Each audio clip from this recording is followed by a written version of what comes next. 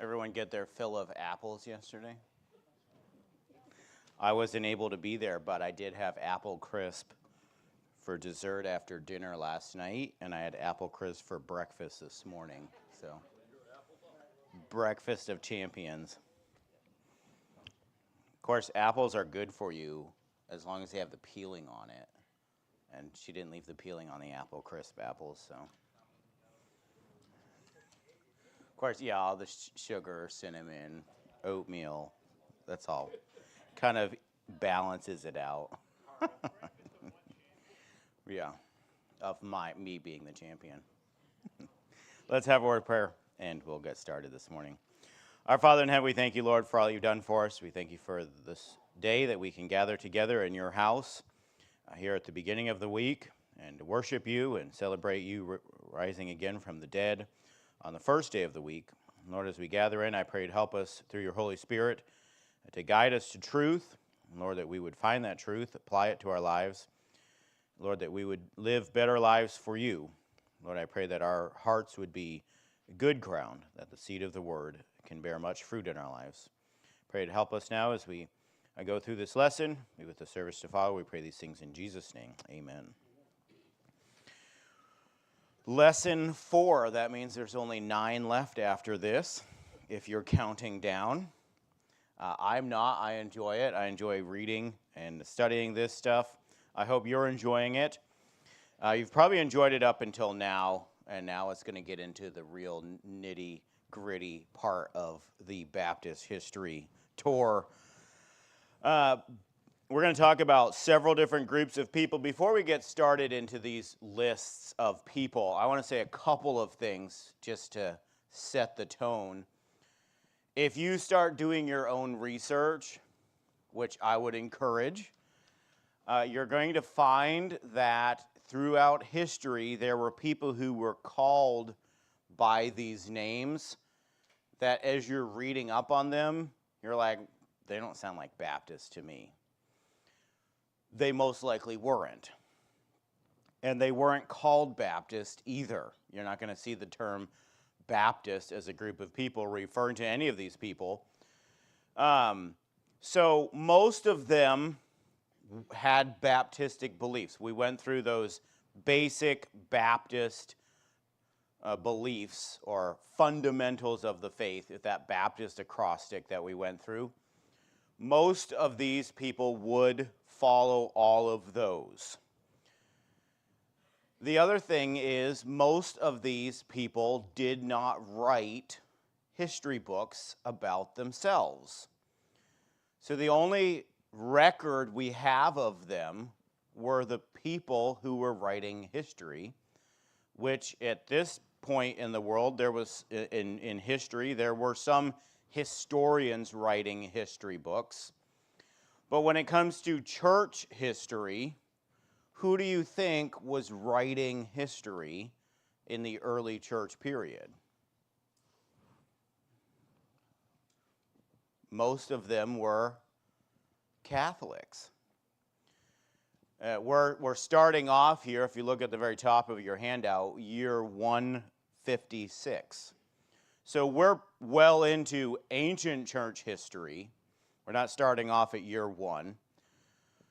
It wasn't until about 300 that the Catholic Church was officially formed, really, by the Roman Emperor. And it wasn't until a little later that it was really became what we think of as the Catholic Church today. So these early groups of people that we look at in history that have Baptistic beliefs, they weren't writing history. The only people that were writing history of them typically were church leaders that most of them were not what we would consider Baptists. So they're writing from the point of view of an enemy, someone who would be persecuting these people.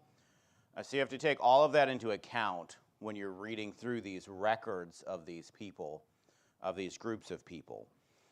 Some of them, we're going to go over them, some of them lasted from year 100 or year 1 all the way up until the Reformation, which is, when is the Reformation? When was the Protestant Reformation? 1517. That was the date that Martin Luther went to the church in Wittenberg, nailed the 95 Theses on the door of the church there, and said, these are all the problems I have with the Catholic Church. These are all the things I'd like to discuss with the Catholic Church and maybe potentially change them. Of course, the Catholic Church said no and excommunicated him. He became a fugitive, and we have what's called the Protestant Reformation coming after that. Many of these groups of people lasted until then, and then finally in the Protestant Reformation, they were able to come out and say, yeah, we've been here all along. It's not something new that Martin Luther came up with. Martin Luther was a great man. He studied the Bible. He said, hey, we see from the Bible that salvation is by grace through faith, not through works. But many of these people were already there. They were already believing that, living that out. They were just in hiding because the persecution from the Catholic Church was so great. So as you study through history, just keep that in mind. Well, he said that the Donatists were Baptists. Some of them were. They were independent congregations, just like we are. How many have ever, or known of, heard of, been to a Baptist church, and you were like, I don't know that this is a Baptist church? Right? Well, in history books, if someone's writing church history, well, they're a Baptist church. We're going to fit them all into the neat categories. They're Baptist, they're this, they're this, they're this. Well, we know from the scriptures, from what we know of Baptists, now hold on, just because they say they're a Baptist church, just because the historian says they're Baptist or they're this or that, doesn't necessarily mean that they are. How many have ever been to a non-Baptist church, one that didn't say Baptist on the sign, and you're like, why don't they just call themselves Baptists? Because they are Baptists. Okay? I've preached in a church that wasn't a Baptist church before. Okay? They're Baptist in every way, but the sign doesn't say Baptist. And if you were to ask them, are you a Baptist? They may say yes, they may say no, because their sign doesn't say Baptist, okay? So just keep that in mind. It's not a whole lot has changed as far as how churches operate and what they're called and what historians call them. It'd be nice if there was like a Baptist category in church history and everyone in that category was a Baptist, fundamental, independent Baptist church like we were, so we could study it clearly. But you really don't find that except for Roman Catholicism, that's had a pretty good record from when it started till now of their church history. And of course, they're writing it from their point of view, so it's going to be positive. The Catholics are going to write a positive. I would hope if we were writing a history book, it would be positive for the Baptists, right? So just keep that in mind as you go through these, as you do your own research, as you're reading books, perhaps if you're reading a Baptist history book and you see them maybe say something about one of these groups of people. Most of them were, the founders of these groups of people were, as far as we can tell, Baptists. They didn't call themselves Baptists. They weren't even called Baptist. But how they believed is the same as how we believe today and what Baptists have held to. So this first group of people that we come up against are the Montanists. From this, they were following a guy named Montanus, however you say his name, around AD 156. How many of you know when John, the Apostle John, was writing Revelation, what year that was approximately? Anyone know? Okay, late 90s, somewhere around the 90s, John the Apostle was writing the book of Revelation. 156. We're not that far removed from the last apostle being alive and writing a book that we find in the scriptures. We're not that far removed. So these are very, very early churches, very early groups of people. One of the things that the early church struggled with, you see this in the writings of Paul in the New Testament, they struggled with corruption in the early church. Paul writes about this. You read it all throughout the New Testament. All of that was the purpose of most of his letters, right? If you read the book of 1st and 2nd Corinthians, you're like, were they even a church? Some of the things they were doing, it was like, how are Christians even calling themselves Christians and doing these kinds of things? So they were struggling with that. At this point in history, there is no Catholic church, but there was a mainstream church that was sort of the church that everyone looked to. So there was a church leader. There was a lot of corruption in that church. They were not living separated from the world. These people would say that the church had not separated from the world, but had made a bargain with the world. And that's what they said about the mainstream church. Hence, they stressed separation from the world. Ever heard of that in a Baptist church before? Where do you think they got that from, by the way? They read the Bible and they said, oh, the Bible says we should be separate from the world, so we're going to live separated lives. Stressed separation from the world. They were so keen on baptizing, if I can put it that way, that if someone in their congregation who was baptized in their congregation backslid when they got right with God again, they would baptize them again. Sort of like a renewing of their, not salvation, but of their living for Christ. So they would baptize multiple times. That's not something we do as Baptists, right? We believe you get baptized and you take that step of obedience to be baptized. You don't need to be baptized multiple times as a Baptist. We don't believe that. That's what these people did. They thought that baptism was that important. By the way, up until it was around the 600s, maybe a little bit later in the 600s, that infant baptism really became sort of the thing that the mainstream church did. So you're not going to see a lot of argument about the mode of baptism. Almost all baptizing up until this point was immersion baptism, which is the baptism that we practice in our church today. You go downstairs, we have a baptismal. If you come to a baptismal service, you're going to be fully immersed in the baptistry.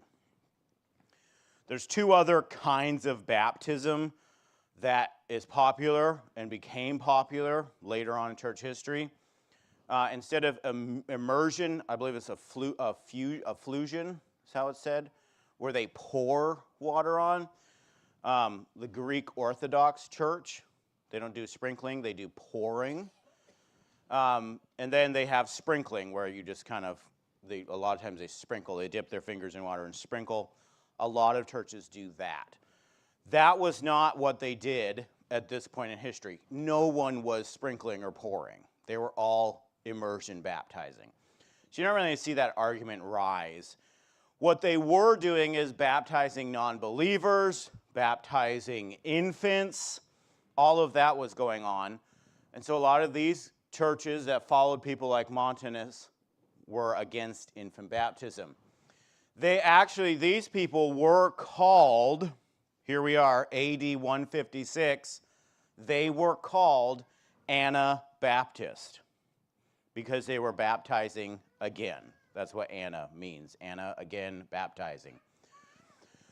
They were officially condemned about 50 years later, so around year 200 AD. They were condemned, yet they continued well into the 700s. So in church history, church documents, you're going to see them persecuted up through the 700s.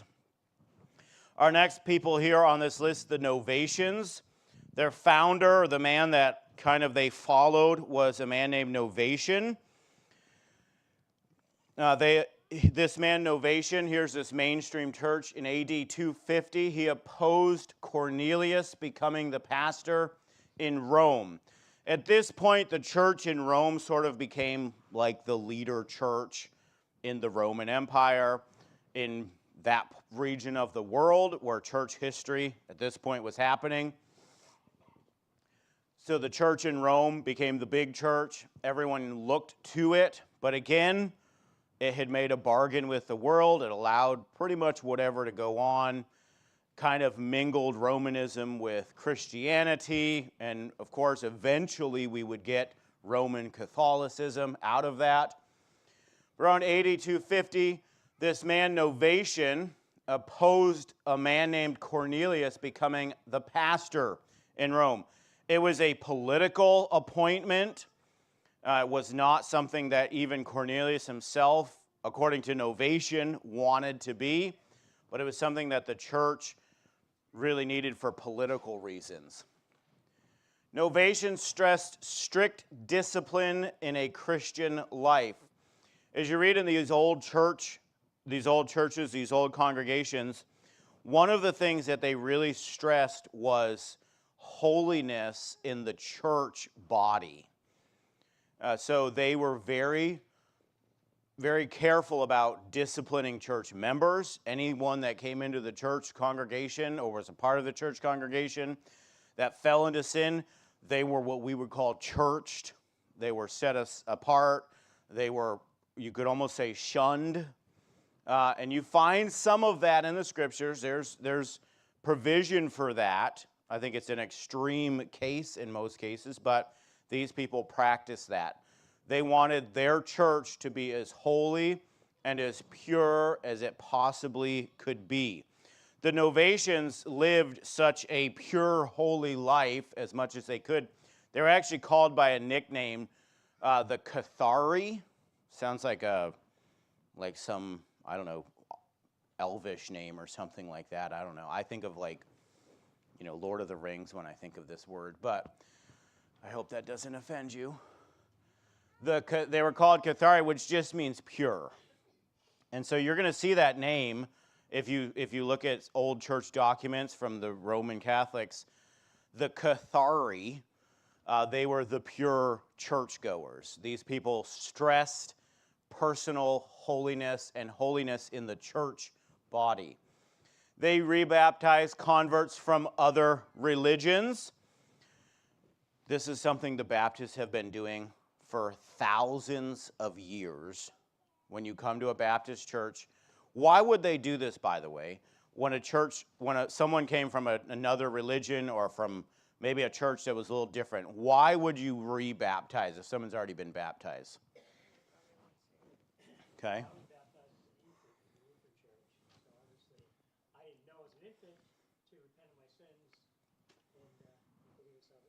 Right.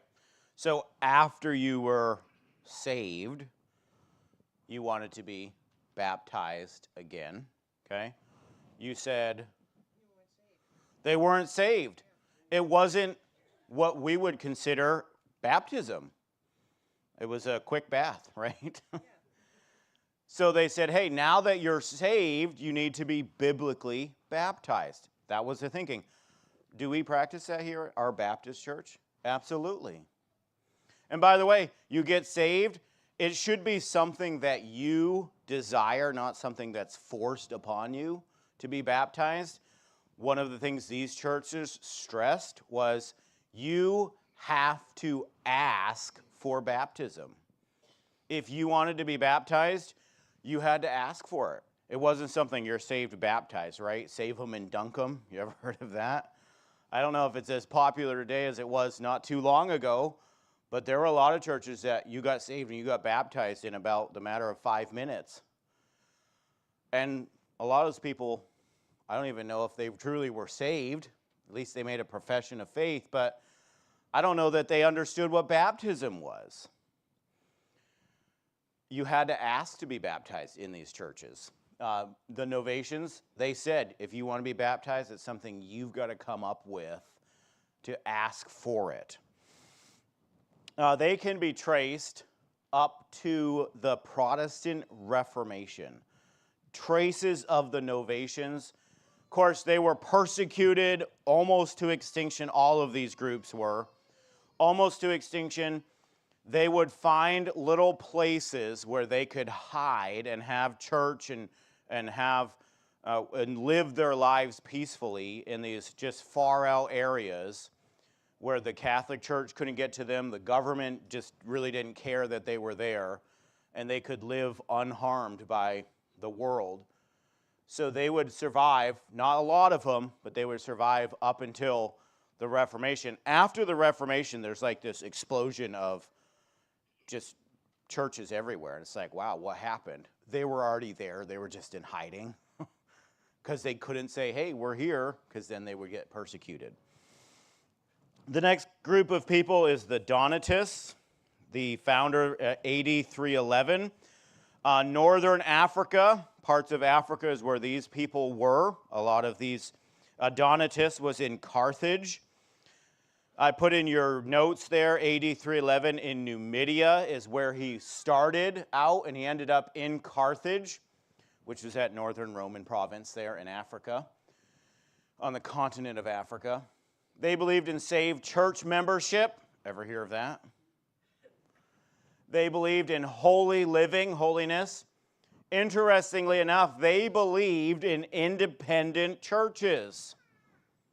Where'd they get that from? Did they get it from other independent churches? Where do you think they got that from?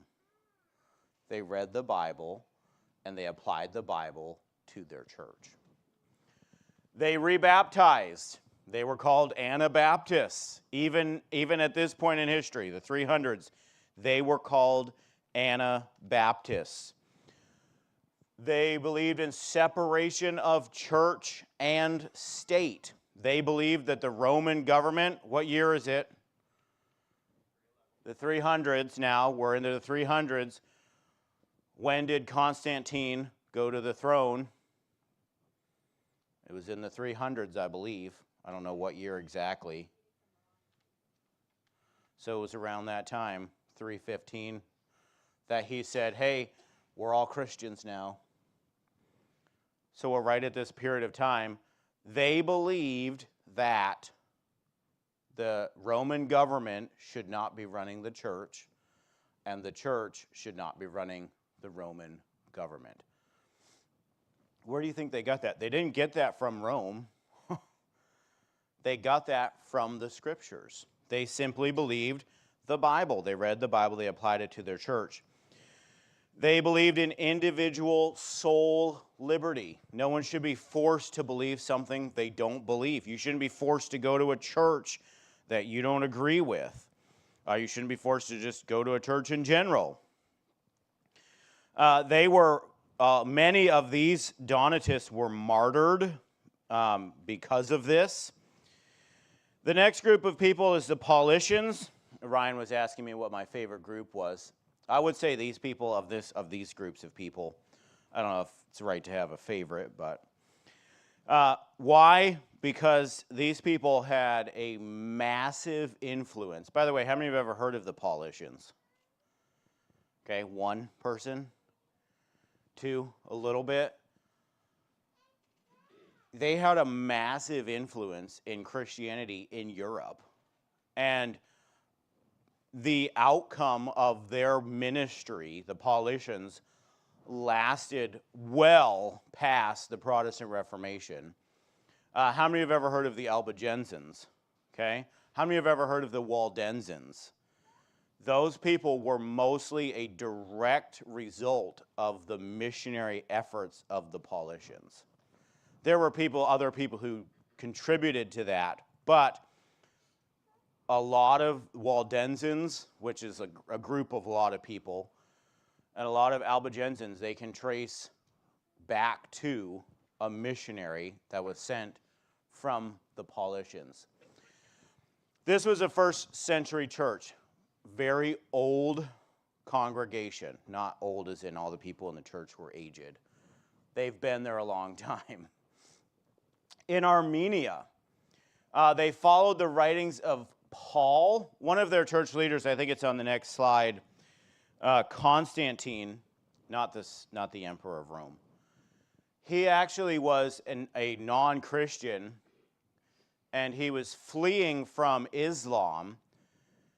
Sorry, no, he wasn't fleeing. Another man was fleeing from Islam, and he helped him. He was a deacon. The man fleeing from Islam was a deacon in a church, and he gave him, as a gift for hiding him from the Muslims who were trying to kill this guy, he gave him a copy of the New Testament, which was pretty rare back then. This is around the 600s when this story happened. Constantine started reading the New Testament that was given to him from this deacon from a church, and became a Baptist from reading the Bible, but he became a Paulician, started reading about Paul, following the writings of Paul. Eventually he would join the Paulicians, and he became a leader in one of the Paulicians' churches. The Paulicians practiced believers' baptism. Constantine, there's that leader, he was stoned by Rome's decree. They said, okay, this guy's got to go. Up to 100,000 Paulicians were martyred under Empress Theodora. You can look it up. It's pretty well documented. She didn't like these people. They were martyred under her. Can you imagine 100,000 people being killed for their religion? The world today, I would hope, would be in an uproar, maybe. Depends on who was being martyred, right? The world today, I would think, would be in an uproar over something like this happening. But it was just, hey, these people are bad. They're against Rome. They're against the church. We need to get rid of them. And up to 100,000, they believe over 100,000, were martyred by Empress Theodora. They established a free state of Tepris. An interesting side note in Baptist history. There was a country that was a Baptist country, and it was established by Baptists, these people, Paulicians. They actually got tired of being persecuted, so they rebelled. They kicked the leader of their area out, and they established a nation called Tepris. It lasted for a couple hundred years as a Baptist nation. And eventually it got taken over by the Saracens, the Muslims coming in from the east. And but they established this country, Tepris. Guess what they established for religion in this country? A bunch of Baptists, or people we would call Baptists, established a nation. Do you think they said, hey, you have to be a Baptist to be a part of this country? They just fought, really, literally fought for a nation that they established, our country. But they didn't say, hey, you have to be a Baptist to be here. People were allowed to live in this Baptist nation that weren't Baptists, that even weren't Christians, because the Paulicians believed in individual soul liberty. So much so that when they fought, kicked out their leader, I don't know how Baptist that is, but they fought and kicked out their leader and established a Baptist country. They said, hey, you're free to believe what you'd like in our little pocket of the world that we've established so that we can be free to worship what we believe. They established a priest. From that country, they sent out missionaries, and this is where their missionaries come in. They extended freedom of religion. Several congregations were in France, part of their missionary outreach. Of course, we'll have the Albigensians, the Waldensians. They would come out of that outreach.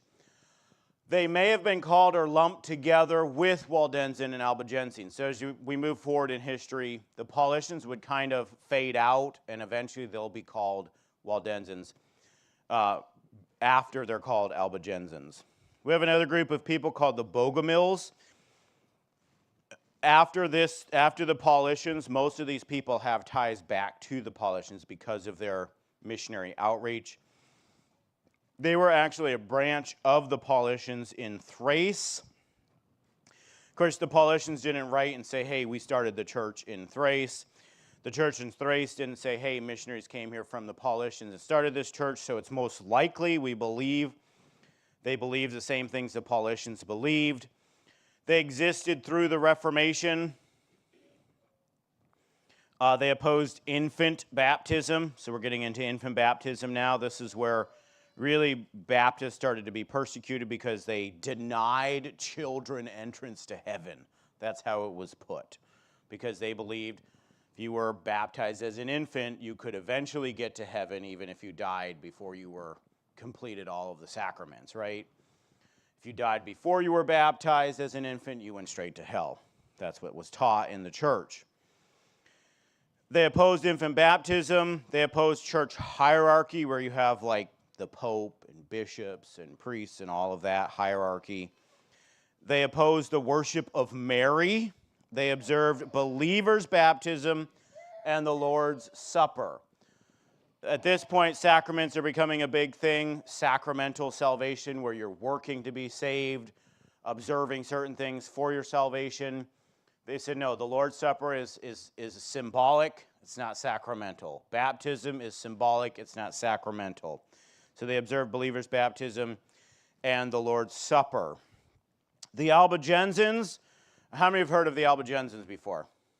Okay, they're pretty commonly known in church history. They most likely started, again, as a mission effort of the Paulicians.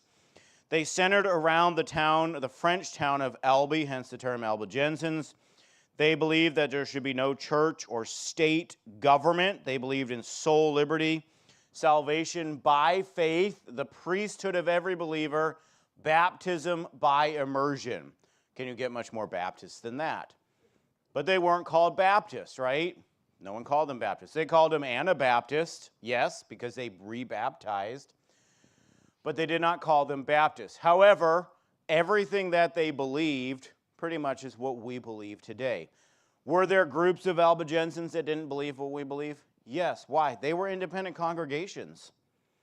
They had their pastor. They didn't have a hierarchy. They didn't have some headquarters somewhere dictating what they were to believe. They were independent congregations.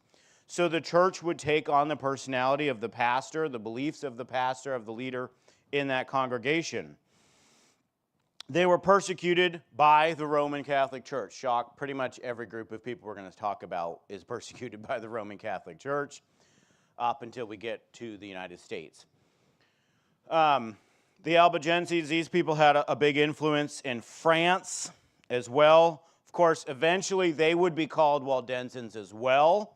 When we get to them, the patricians, or the Paulicians, and the Albigensians, they were all clumped together as Waldensians eventually.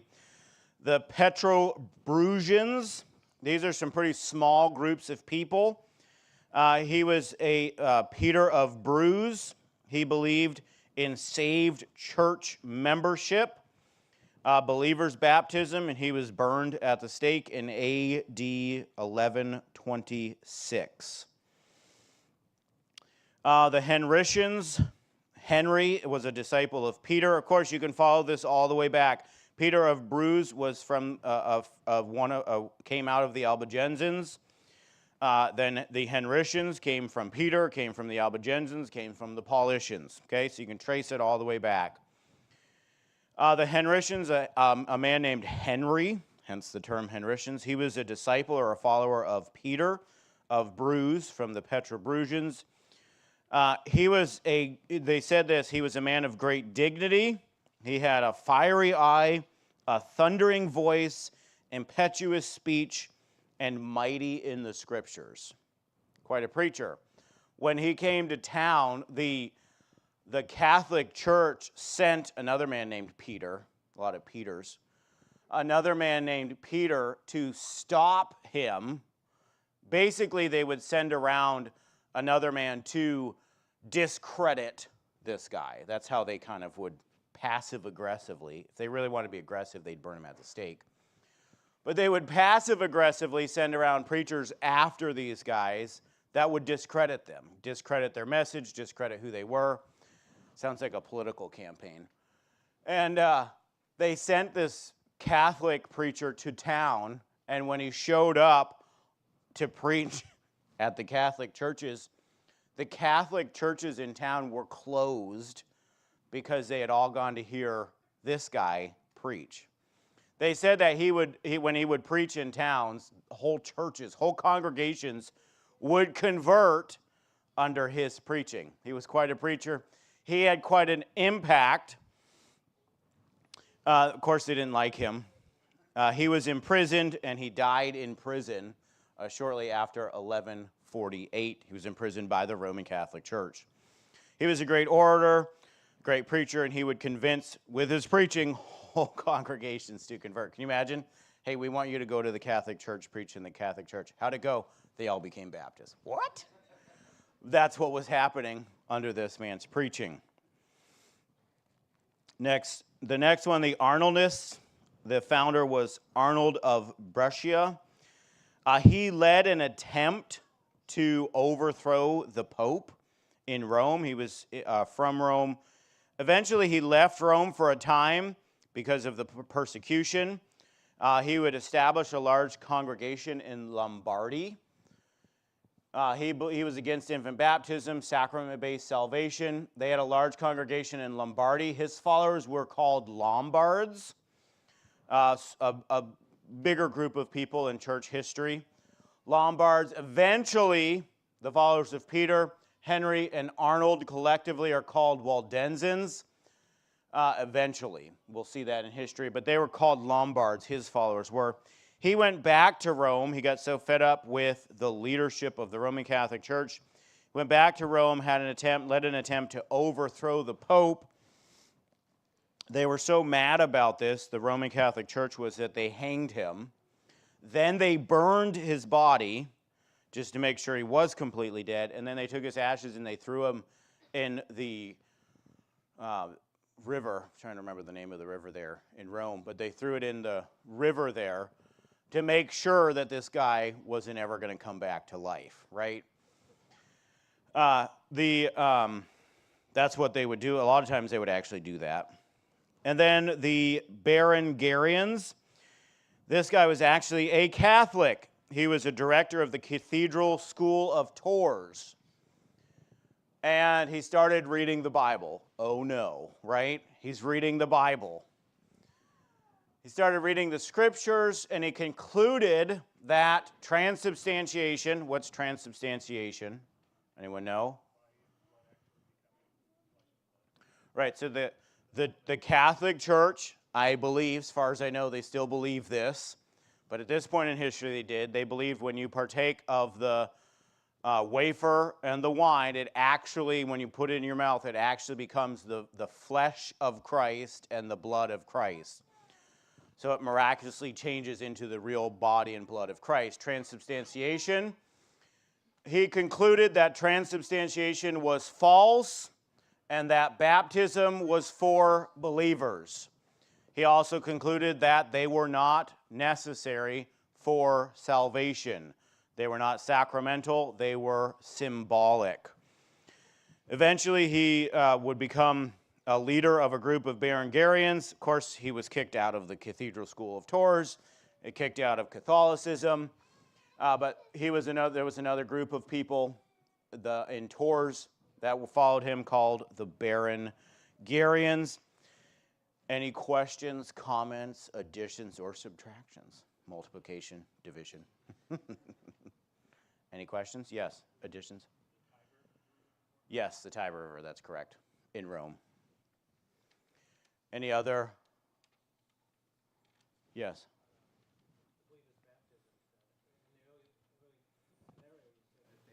It was up to them to go to them about baptism. Today the Baptist churches, some of them, are they requiring baptism before you join the church? Today? To be a member of the church?